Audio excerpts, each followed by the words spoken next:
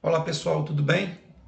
Este é um vídeo referente à correção de uma prova que foi aplicada para uma turma do curso de Tecnologia em Redes de Computadores do primeiro ano do curso, especificamente para a disciplina de Comunicação de Dados, que é oferecida no segundo semestre letivo. Embora seja uma avaliação interna, eu resolvi publicar esse vídeo de forma aberta para que quem tenha interesse em aprender um pouquinho sobre os conceitos bem básicos de redes de computadores possam ter aqui uma visão bem superficial. Em anexo a esse vídeo, na descrição dele, eu vou deixar o arquivo do Packet Tracer, que foi a base para essa avaliação. Bom, essa prova foi realizada no dia 13 de novembro de 2024. Os objetivos dessa avaliação consistem em realizar a ativação do Wi-Fi nesse smartphone, a configuração básica de endereçamento IP neste PC e as configurações básicas desse switch. Eu coloquei aqui uma observação solicitando que os alunos aguardassem até que as conexões físicas estivessem com indicadores verdes, como acontece nesses cabos aqui, porque neste cenário existem servidores DHCP que não fazem parte aqui da avaliação, eles estão ocultos aqui nessa nuvem que eu chamei de internet. E se não for aguardado por essa conectividade, a solicitação de endereços IP pode falhar. Tá? Então eu coloquei aqui no modo de simulação para segurar, e agora eu vou então colocar no modo real time para que vocês possam observar o tempo em que a convergência aqui do switch demora para acontecer. O motivo para que os switches demorem a estabelecerem conectividade física não faz parte da avaliação também, e isso vai ser abordado quando for estudado o protocolo Spanning Tree. Bom, agora que nós temos então todos os links, né, com indicadores verdes, vamos então à realização da avaliação. Então a parte 1 consiste em uma ação simples de ativar o Wi-Fi no smartphone. Isso corresponde, numa situação prática, a você ativar o Wi-Fi no seu dispositivo. Então, a etapa 1, ativar a interface Wi-Fi do smartphone do usuário. Então eu clico no smartphone, clico aqui na aba Config, na interface wireless, né, Wi-Fi, e simplesmente aqui nessa opção Port Status eu clico, eu marco a opção On. Observe que na hora que eu fizer isso, a conectividade física vai ocorrer entre o smartphone e o roteador sem fio que foi colocado na topologia. Olha aí. A etapa 2 é ativar a configuração automática de endereçamento IP. Então, esse smartphone, propositadamente, foi colocado aqui para utilizar endereçamento estático. Aqui existe uma configuração que até é compatível com o cenário proposto, mas o exercício, né, a etapa 2, pede a ativação de configuração automática, ou seja, eu preciso marcar aqui a opção DHCP, e observe que quando eu fizer isso, a pontuação, que agora está em 7%, porque eu ativei o Wi-Fi, ela vai subir. Olha lá, passou para 15%, e o meu dispositivo estava solicitando o endereçamento IP que foi então atribuído.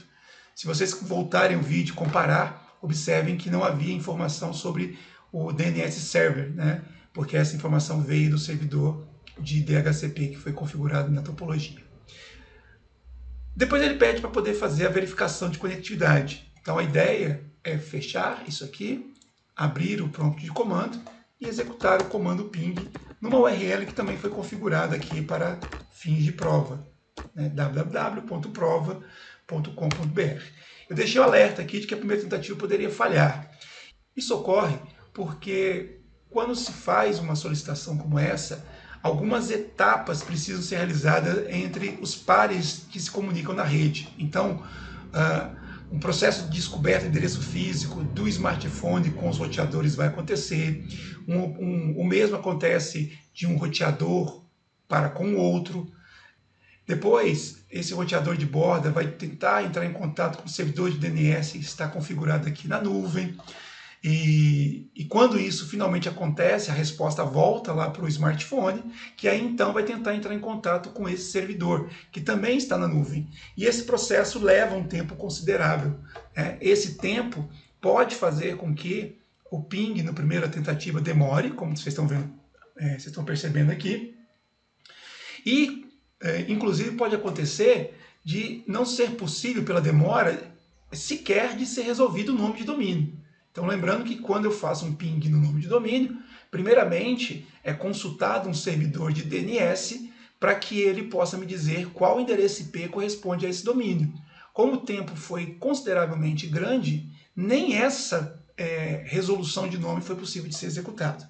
Contudo, quando eu executo novamente o ping, uma vez que os roteadores já descobriram os endereços físicos dos dispositivos com os quais eles precisam se comunicar ao longo do caminho, é provável que agora a comunicação ocorra. Observe que o nome já foi resolvido, ou seja, eu sei que esse endereço IP é o endereço IP que está associado com esse nome de domínio. Os primeiros pings podem falhar, como vocês estão vendo aqui, um request timeout. E observe que a partir do terceiro ping houve comunicação. Feito esse ping, solicitei também que fosse feito o acesso ao mesmo domínio via web browser. Então clico aqui em web browser e vou digitar o mesmo nome de domínio que eu utilizei para o ping, www.prova.com.br. Dou Enter ou clico no botão Go e observa-se o sucesso na obtenção de uma página que foi colocada dentro do servidor web da topologia. Essa era a parte 1 do exercício, da prova. A parte 2 consiste basicamente em definir o endereçamento IP para esse PC. A ideia é atribuir o endereço IPv4, esse endereço IPv4, 10.10.10.2, com a máscara de subrede adequada, com o gateway padrão adequado e com DNS server adequado. Por que adequado? Não foi especificado aqui de maneira explícita quais seriam esses valores. As dicas foram colocadas para que o aluno pudesse observar a topologia ou inspecionar aqui os dispositivos que já estão funcionais na rede para poder fazer essa configuração. Então, eu clico aqui no meu PC, eu venho aqui em Desktop, IP Configuration. Nesse caso, não adiantaria solicitar uma configuração automática, porque no segmento onde se encontra esse PC, esse segmento de rede aqui, não há nenhum servidor DHCP configurado. Então, se o aluno tentar o acesso automático, a mensagem que ele iria receber é uma mensagem de falha e o endereço que seria fornecido para o dispositivo seria esse endereço aqui, chamado de endereço APIPA. Então, o objetivo aqui é fazer configuração estática. Então, quais são as informações que deveriam ser preenchidas? Bom, para o endereço IP foi dito aqui no enunciado, 10.10.10.2. A máscara de subrede ela deve ser observada baseada nas outras informações apresentadas na topologia. Então observe que tanto o switch quanto o roteador de borda estão usando endereços IP dentro desse bloco com máscara /24. A máscara /24, diferentemente do que foi colocado automaticamente aqui, ela corresponde, na notação ponto decimal, a 255.255.255.0. E quando eu sair aqui desse campo, quando eu mudar o foco, observe que a pontuação vai aumentar. O Default Gateway. O Default Gateway deve ser um dispositivo que se encontra na mesma, que possua o mesmo prefixo de rede que eu estou atribuindo. Portanto, o Default Gateway aqui tem que ser algum dispositivo que tenha o IP 10.10.10 como prefixo. Observando aqui a topologia, nós percebemos que o roteador de borda poderia ser um desses dispositivos, pode ser um desses dispositivos, poderia ser o 254. Se a gente olhar um pouco mais para baixo, a gente vai perceber que o roteador sem fio também é um roteador que utiliza IP com esse prefixo. Porém, se nós pensarmos no roteador default, é aquele que supostamente vai me levar para a internet. Então não faz sentido eu colocar o endereço do roteador sem fio para esse dispositivo, porque na verdade quem o levará para a internet é o roteador de borda. Então esse seria o IP do Default Gateway considerado. E o DNS? Bom, o DNS, como eu falei, ele não foi apresentado aqui na topologia, não é possível visualizá-lo na topologia, Mas se a gente observar aqui a configuração do próprio smartphone que nós utilizamos agora há pouco, ou do tablet, como foi dito aqui, a gente consegue perceber lá nas configurações de IP que eles estão usando um endereço de DNS, aqui propositadamente colocado igual ao da Google, né, 8.8.8.8.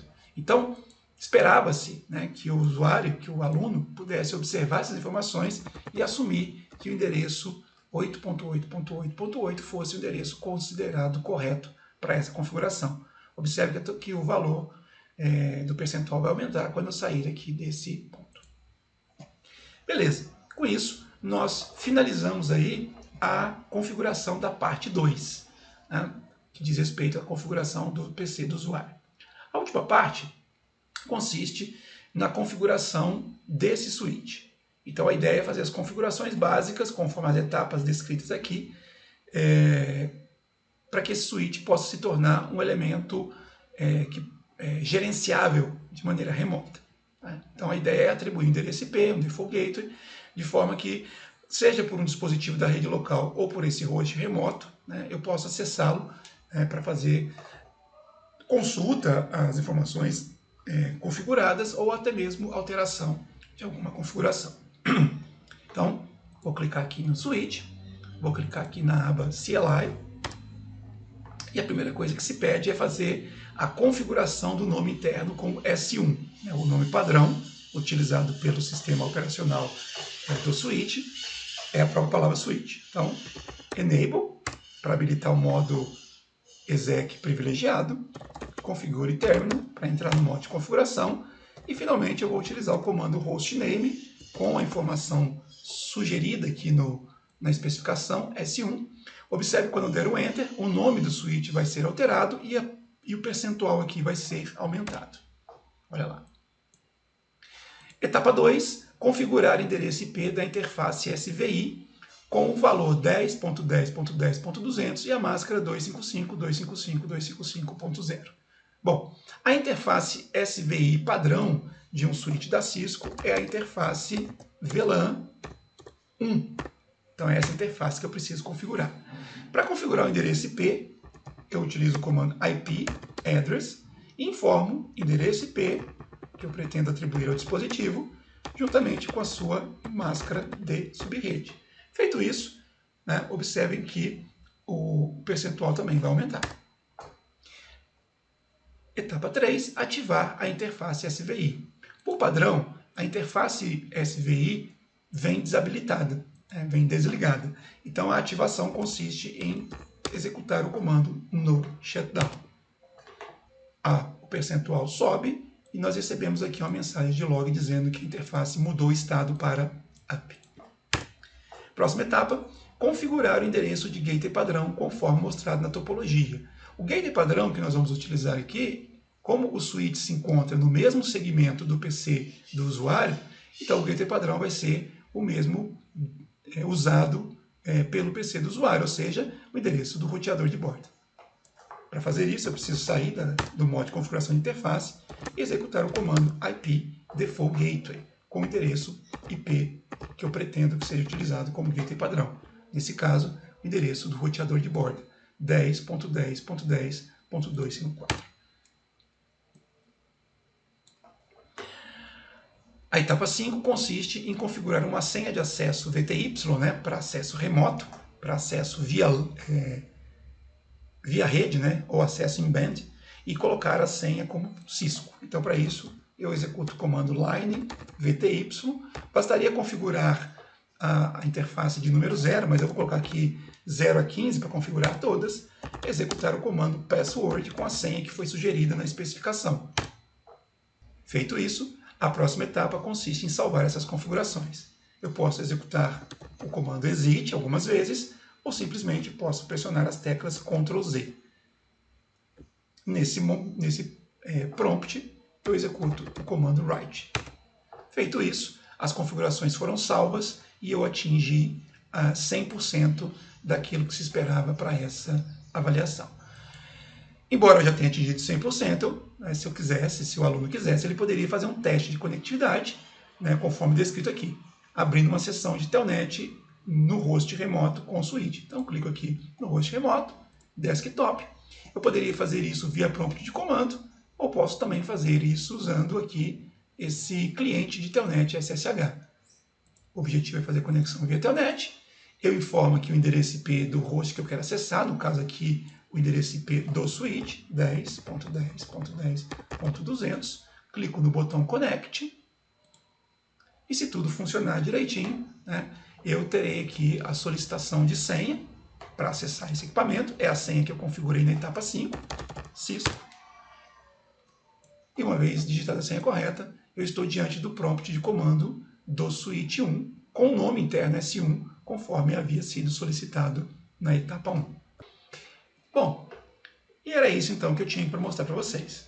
Espero que tenha ficado claro quais eram as etapas que deveriam ser realizadas para quem realizou a prova. Quem estiver assistindo esse vídeo, que não seja meu aluno, pode baixar então o arquivo PK em anexo. Para isso é preciso que tenha o Cisco Packet Tracer instalado na máquina de vocês e tentar reproduzir as etapas que foram aqui realizadas. Quaisquer dúvidas, fiquem à vontade para entrar em contato, que eu terei o maior prazer em respondê-las. Um abraço e até a próxima.